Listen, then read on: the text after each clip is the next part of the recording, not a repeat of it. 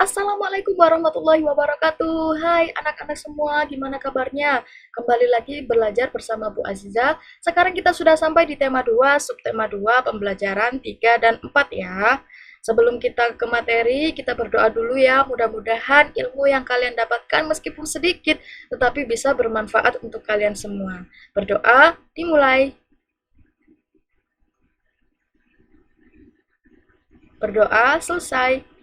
Baik, sebelumnya kita juga harus membaca ini dulu ya. Perhatikan dengan baik materi berikut ini agar kalian dapat mengikuti materi selanjutnya dengan baik pula. Selamat belajar. Kita langsung mulai ke pembelajaran 3. Kita perhatikan dulu ya di sini. Coba lihat di sini ada suatu gambar yang di dalamnya banyak sekali kegiatannya ya.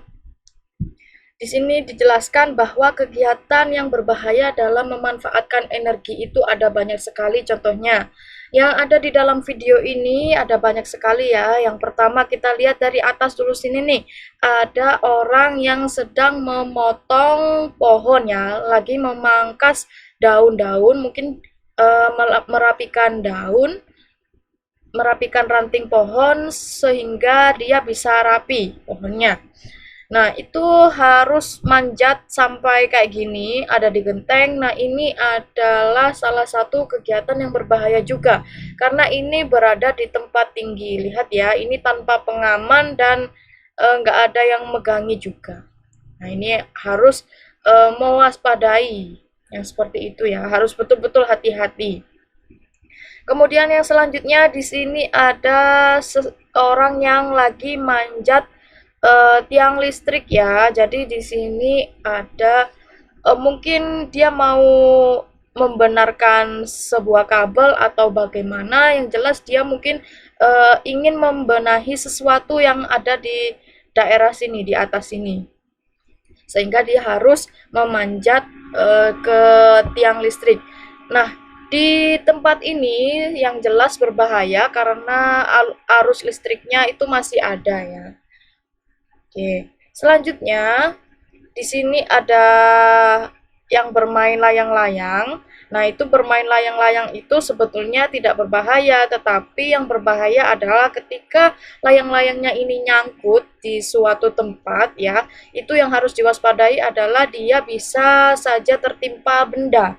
Jadi benda-benda apa? Misalnya kalian lagi layangan gitu ya, main layang-layang, kemudian layangannya kalian nyangkut, terus kalian paksa-paksa aja untuk menarik sesuatu, ternyata benangnya itu, senarnya itu ternyata bisa menarik benda lain yang bisa menyebabkan benda lain itu ikut jatuh atau roboh. Nah, kayak gini misalnya.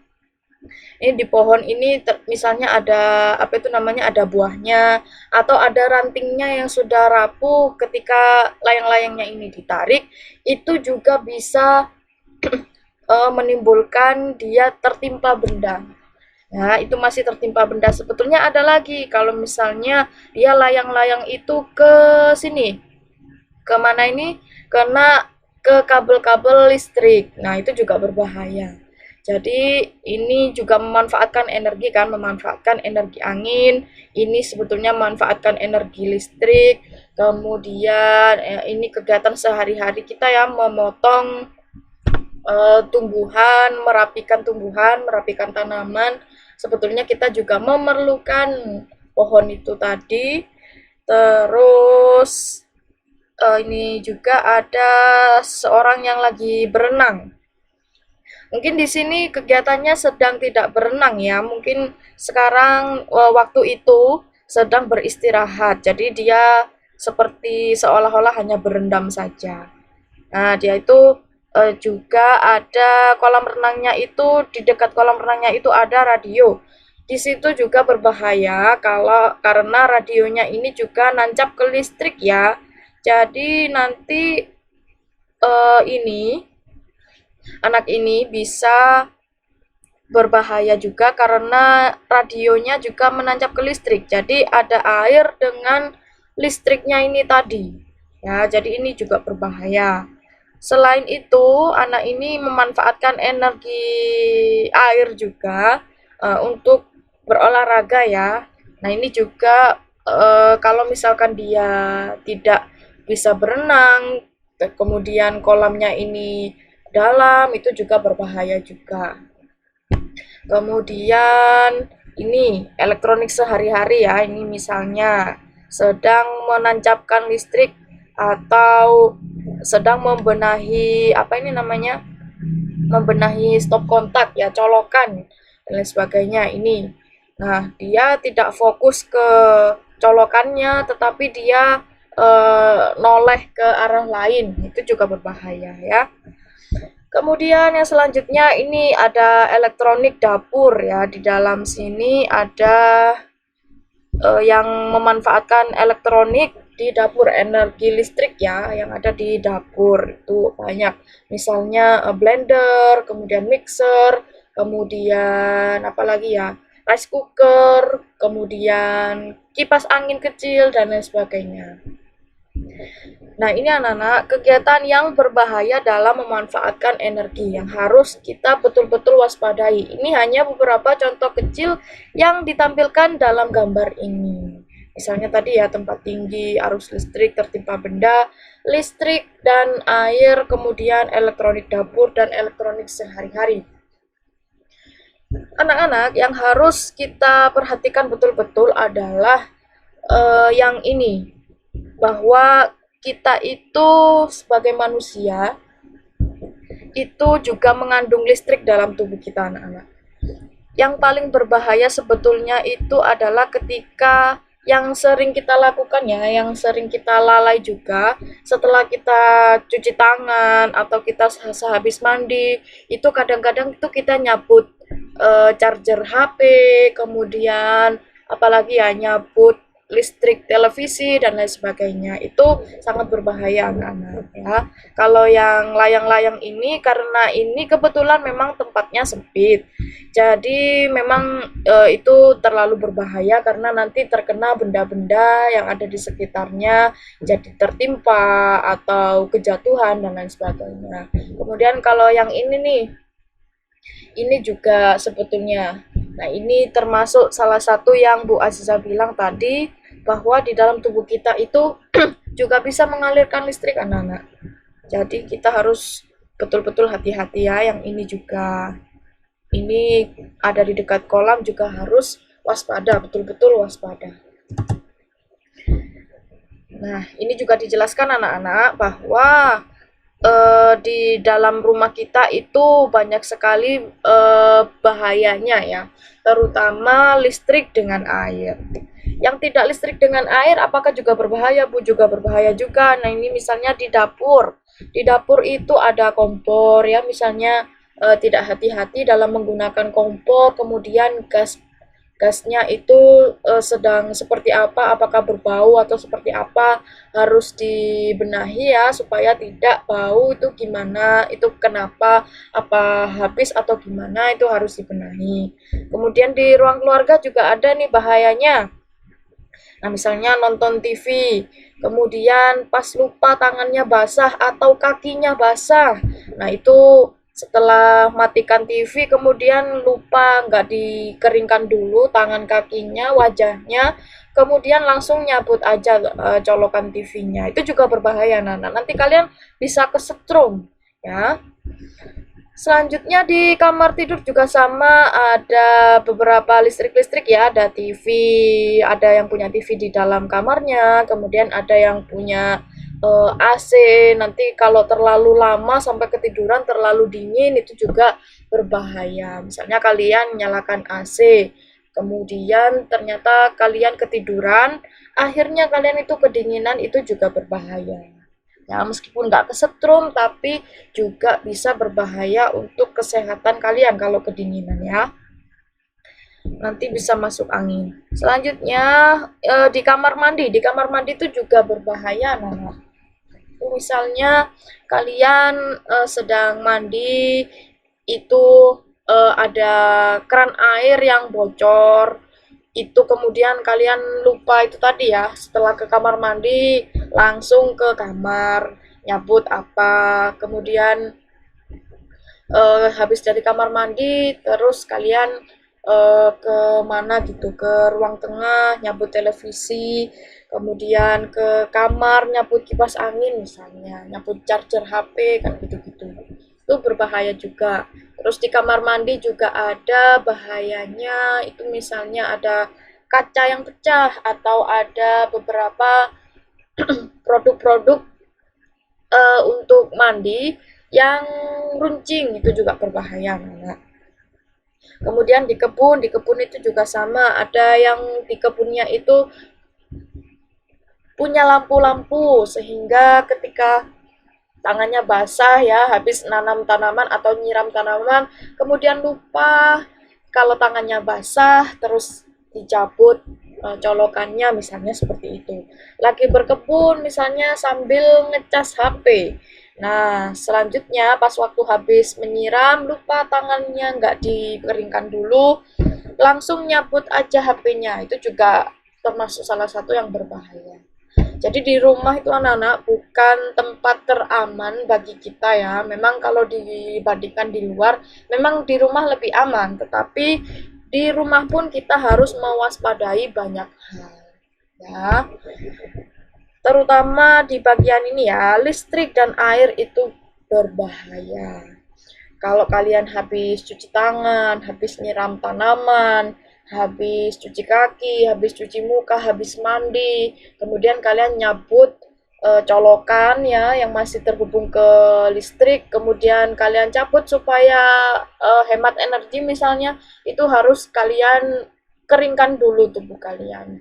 Pastikan benar-benar bersih. Kalau bisa kita tuh dalam keadaan yang betul-betul aman ya, misalnya di kamar tuh betul-betul kering dulu tubuhnya, baru setelah itu kalian pastikan untuk mencabut beberapa colokan-colokan ya. Kalau kalian belum berani untuk nyabut colokan sendiri, kalian bisa minta bantuan orang tua. Dan kalau kalian misalnya ada orang tua atau kakak atau saudara siapa yang lagi tangannya atau kakinya basah, wajahnya basah dan lain sebagainya, silakan kalian ingatkan ya. Awas nanti kesetrum, silakan dikeringkan dulu seperti itu. Jadi kalian harus mengingatkan juga bukan untuk kalian mengingatkan diri sendiri saja, tapi ingatkan orang lain juga, orang tuanya ya, terutama yang biasanya kalau misalnya kalian nggak berani, kemudian orang tua ternyata orang tua juga tangannya basah, kakinya basah, itu harus kalian ingatkan juga ya, gitu. Seperti itu anak-anak. Nah, sekarang kenapa sih Bu kok listrik ketika kita itu tangannya basah, kakinya basah, atau habis mandi dan lain sebagainya, kenapa kok bahaya untuk kita? Kita lihat di sini. Jawabannya adalah karena sekitar 70% dari tubuh kita itu isinya itu air, anak-anak. Jadi ketika kita itu menyentuh listrik ya, terutama kalau kita basah, itu kita sudah apa ya, seperti memberi pemantik kepada listrik itu untuk listriknya itu juga kita rasakan di tubuh kita ya. Kita yang kadang-kadang sudah bersih semua aja bisa kesetrum ya, apalagi kalau misalnya kita lagi basah tangannya, basah tubuhnya, bagian mana dan lain sebagainya. Kita sebenarnya ketika kita kering pun, dalam keadaan kering pun, kita juga bisa kesetrum anak-anak. Karena di dalam tubuh kita itu sebetulnya isinya adalah 70% air. Jadi tidak apa ya, memang seperti itu, kita tuh bisa tersetrum meskipun tubuh kita tuh kering. Intinya kesimpulannya kalau tubuh kita kering aja tuh bisa kesetrum, apalagi kalau basah. Itu malah cepet nyambung ke tubuh kita, Nana. Ya. Jadi langsung tambah cepet kesetrum seperti itu.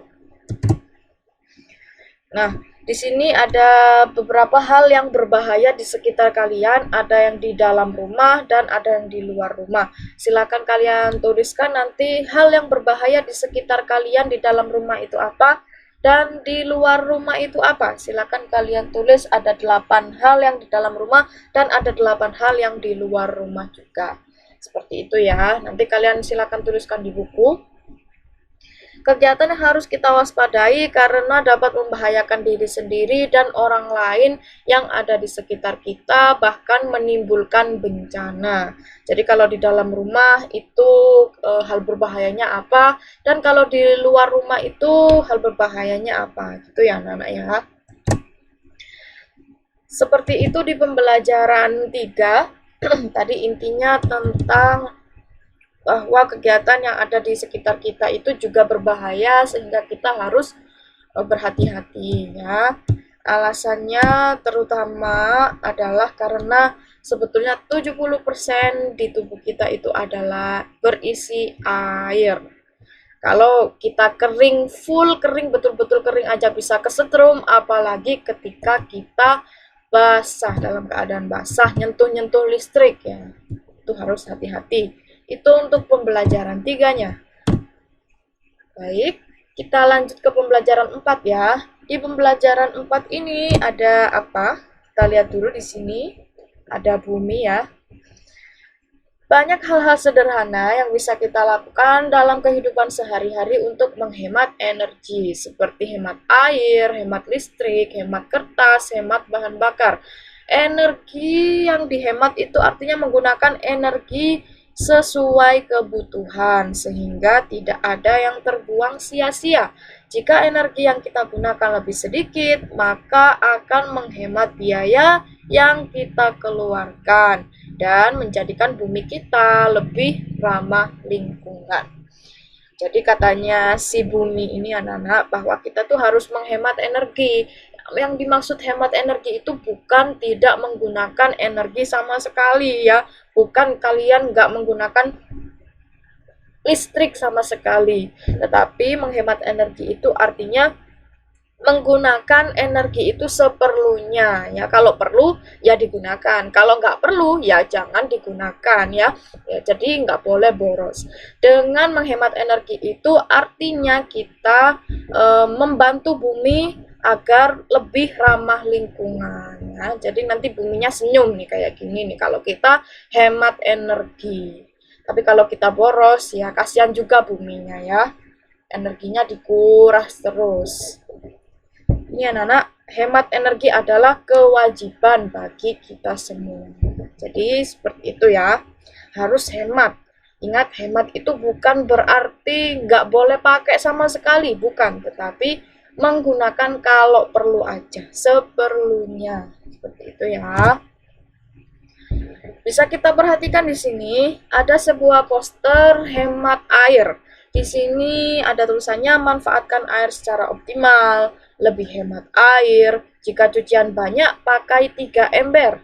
Mandi berendam paling boros air, mandi dengan gayung 3 kali lebih boros. Saat gosok gigi, cuci muka atau mencukur pastikan keran air tertutup. Lebih baik mencuci mobil dengan lap dan ember. Seperti itu anak-anak. Ini adalah salah satu poster bahwa kita harus menghemat air. Nah, caranya itu manfaatkan air secara optimal. Nah, kayak gimana? Pastikan keran sudah tertutup setelah digunakan. Kalau udah pakai kerannya harus segera ditutup. Ojo dikelucur noy. Nah, kayak gitu ya. Ini kerannya bisa kalian tutup kalau sudah selesai. Lanjut, di sini lebih hemat air, itu caranya gunakan mesin cuci saat pakaian kotor telah cukup banyak. Nah, kalian bisa pakai mesin cuci nih kalau misalnya kalian punya, itu kalian salah satunya bisa pakai hemat air itu bisa pakai mesin cuci kayak gitu. Selanjutnya, kalau kalian cuciannya banyak, pakai 3 ember. Caranya untuk merendam dan menyabun yang pertama, kemudian untuk membersihkan yang kedua, ember kedua, yang terakhir untuk membilas. Jadi ini ya, yang ember pertama untuk merendam dan menyabun, ember kedua untuk membilas, membersihkan, yang ketiga untuk membilas. Jadi direndam, dibersihkan, dibilas. Ada 3 ember. Ya, seperti itu. Lanjut di sini ada mandi berendam paling boros air ya. Jadi karena Kalau berendam itu kalian pasti buang-buang air tuh. Harus airnya ada di sebuah bak, terus kalian berendam di situ. Mandi dengan gayung 3 kali lebih boros. Jadi caranya biar kalian hemat air itu usahakan mandi dengan pancuran dan tidak berendam. Jadi kalian nggak usah lama-lama di kamar mandi ya, nanti masuk angin juga. Daripada kalian masuk angin gitu, mendingan cepet-cepet mandi pakai air keran, itu lebih hemat air. Selanjutnya, saat gosok gigi, cuci muka, atau mencukur, pastikan keran air tertutup. 1 menit air mengalir sama dengan 9 liter air terbuang gitu anak-anak. Jadi di sini disebutkan bahwa kalau kalian itu krannya nggak ditutup selama 1 menit, itu sama aja kalian membuang 9 liter air. Kan sayang banget, mendingan airnya 9 liter itu digunakan untuk menyiram tanaman, atau buat mandi juga bisa, atau buat cuci piring dan lain sebagainya. 9 liter itu banyak. Jadi kalian jangan sampai boros-boros air ya. Kalian tutup kerannya kalau sudah selesai. Selanjutnya, kalian lebih baik mencuci mobil dengan lap dan ember ya. Kalau kalian nanti sudah punya mobil, atau kalian kalau sekarang sudah punya mobil, itu lebih baik mencuci mobil dengan lap dan ember, yaitu mengguyur mobil 15 menit, berarti beratus-ratus liter air terbuang. Jadi intinya ketika kalian itu membersihkan mobil atau cuci mobil itu ya, artinya kalian bisa menggunakan air yang secukupnya aja. Jangan disirami terus selama 15 menit, berarti ratusan liter air terbuang. Kalau ini tadi kita ngalirkan air keran aja 1 menit itu 9 liter, berarti kalau 15 menit berarti sekitar 9 dikalikan 15. Ya, sudah banyak. 15 kali 9 itu berapa? Silakan dihitung. Itu kira-kira perkiraannya itu seperti itu. Kan sayang tuh airnya. Baik, dari poster ini anak-anak, di sini kan ada judul, kemudian ada tulisannya. Tulisannya itu ringkas. Kemudian di sini ada gambar-gambarnya juga. Ini adalah sebuah contoh poster yang sebetulnya kemarin kalian sudah buat, tetapi baru kali ini kita bahas ya untuk posternya. Kita perhatikan di sebelah sini. Di sini ada kalimat-kalimat yang digunakan dalam poster ini anak-anak biasanya berisi 4 ini. Ada ajakan, ayo hemat energi, ayo cuci tangan dengan sabun, ayo, ayo, dan lain sebagainya. Pokoknya ajakan ya, biasanya ayo atau mari dan lain sebagainya, itu ajakan. Kemudian yang selanjutnya kalimatnya yaitu adalah perintah. Ya, misalnya manfaatkan air secara optimal. Nah, itu kita diperintahkan untuk memanfaatkan air secara optimal ya. Biasanya ada tanda serunya itu kalimat perintah itu. Kemudian yang memerintahkan kita untuk ngapain itu kalimat perintah, biasanya ada tanda serunya ya. Kemudian yang selanjutnya kalimatnya itu kadang-kadang berisi larangan ya. Jadi dilarang buang sampah sembarangan, dilarang merokok, kemudian dilarang parkir di sini, dilarang apa dan lain sebagainya, dilarang ya pokoknya. Kemudian jangan dan lain sebagainya. Jangan parkir di sini, kemudian jangan lupa pakai masker dan lain sebagainya ya. Jangan lupa. Kemudian informatif. Nah, ini termasuk salah satu yang informatif juga, perintahnya juga ada di sini. Kalau informatif ini ya, jika cucian banyak pakai saja 3 ember, informatif itu. Nah, ini juga diinformasikan di sini. Ada informasinya seperti apa. Nah, ini 1 menit air mengalir sama dengan 9 liter air terbuang. Jadi informatif ya, menginformasikan sesuatu. Jadi itu anak-anak kalimat dalam poster itu ada ajakan, perintah, larangan, dan informatif. Ingat-ingat tadi pengertiannya ya. Selanjutnya, di dalam poster itu anak-anak nggak afdol banget kalau nggak ada gambarnya. Jadi kalau di dalam poster itu pasti ada sebuah gambar yang dimana gambarnya itu menggambarkan kalimatnya. Contoh seperti ini ya, manfaatkan air secara optimal. Nah, di sini ada gambar keran yang dipalang atau artinya itu tidak boleh kerannya itu mengalirkan air seperti ini. Pastikan keran sudah tertutup setelah digunakan. Jadi di sini gambarnya adalah untuk menjelaskan ketika kalian misalnya yang ini kalimatnya ini ditutup, kalian bisa mengartikan berdasarkan gambar ini. Ya. Jadi kalau misalnya air kok dialirkan seperti ini di keran, itu tidak boleh ya. Kalau plang seperti ini kan nggak boleh ya. Jadi kalau gambar yang ada di poster itu pasti menggambarkan kalimatnya. Ini gunakan mesin cuci saat pakaian kotor tertutup. Berarti di sini ada gambar mesin cuci, kemudian ada baju-bajunya. Berarti dia disuruh nyuci ya, pakai mesin cuci kayak gitu. Pokoknya kalau gambar yang ada di poster itu pasti menggambarkan kalimatnya, menjelaskan kalimatnya. Ya, lebih baik mencuci dengan lap dan ember. Ini ada lap dan ember. Ini ada mobilnya, seperti itu. Selanjutnya ada penyajiannya yang pasti harus menarik ya anak-anak. Kemudian yang jelas itu bagus seperti itu. Yang dimaksud menarik itu bagus lah, enak dilihat gitu minimal. Kalau misalnya kalian lihat poster-poster yang ada di luar yang kemarin kalian sudah buat juga, itu juga harus menarik. Gimana caranya orang tuh mau lihat poster kamu? Oh, kamu nyuruh kita atau ngajak orang lain untuk hemat energi ya, berarti poster yang kamu buat itu harus bagus, harus menarik. Kira-kira orang tuh mau nggak lihat poster kamu, bisa nggak baca tulisan kamu, bisa nggak gambarmu itu menggambarkan kalimat yang akan kamu posterkan. Ya, entah kalimat ajakan, perintah, larangan, atau informasi lainnya. Bisa nggak gambar kalian kayak gitu? Terus kalimatnya yang kalian buat itu sudah berisi ajakan, perintah, larangan, atau informatif apa belum.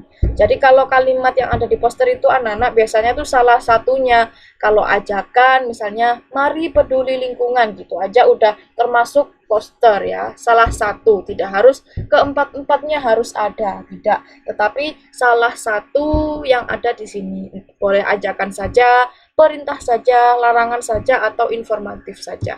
Seperti itu ya anak-anak. Lanjut. Kemudian di sini nanti kalian sebutkan dari gambar yang ini tadi, poster ini tadi, informasi yang kalian peroleh dari poster itu apa. Jadi nanti silakan kalian tulis di buku kalian, kalian tadi dapat informasi apa berdasarkan poster tadi. Selanjutnya pesan yang ingin disampaikan dalam poster tersebut itu apa. Pesannya, berarti kita itu harus ngapain, harus kayak gimana yang disebutkan dalam poster tadi. Seperti itu ya. Nanti silakan kalian tulis di buku kalian. Lanjut, pada poster kamu bisa menggunakan teks petunjuk untuk menggunakan langkah-langkah melakukan suatu hal. Gambar dalam poster kamu harus mendukung isi. Penyajiannya pun harus menarik dan mudah dipahami. Seperti yang tadi sudah Bu Aiza bilang, bahwa kalau kalian buat poster itu harus menggunakan gambar yang menarik, kemudian warna-warna dan lain sebagainya. Seperti itu ya, mudah dipahami. Jadi ajakannya suruh ngapain? Ayo hemat energi. Kayak gitu-gitu. Berarti kalian ketika membuat poster itu jangan menggunakan kata-kata yang sulit. Ya, misalnya di Indonesia, ya kalian pasti menggunakan bahasa Indonesia. Ya, kalau misalnya di tempat-tempat umum bisa dicampur menggunakan bahasa Indonesia, bahasa Inggris, seperti itu. Intinya yang mudah dipahami saja, sekiranya orang itu bisa membaca tulisan kamu, poster kamu itu menyampaikan apa, orang itu bisa langsung tahu, langsung klik, oh ini kita disuruh buang sampah pada tempatnya, oh ini kita nggak boleh ngerokok di sini, oh kita nggak boleh parkir di sini, seperti itu. Seperti itu anak-anak materi kita hari ini.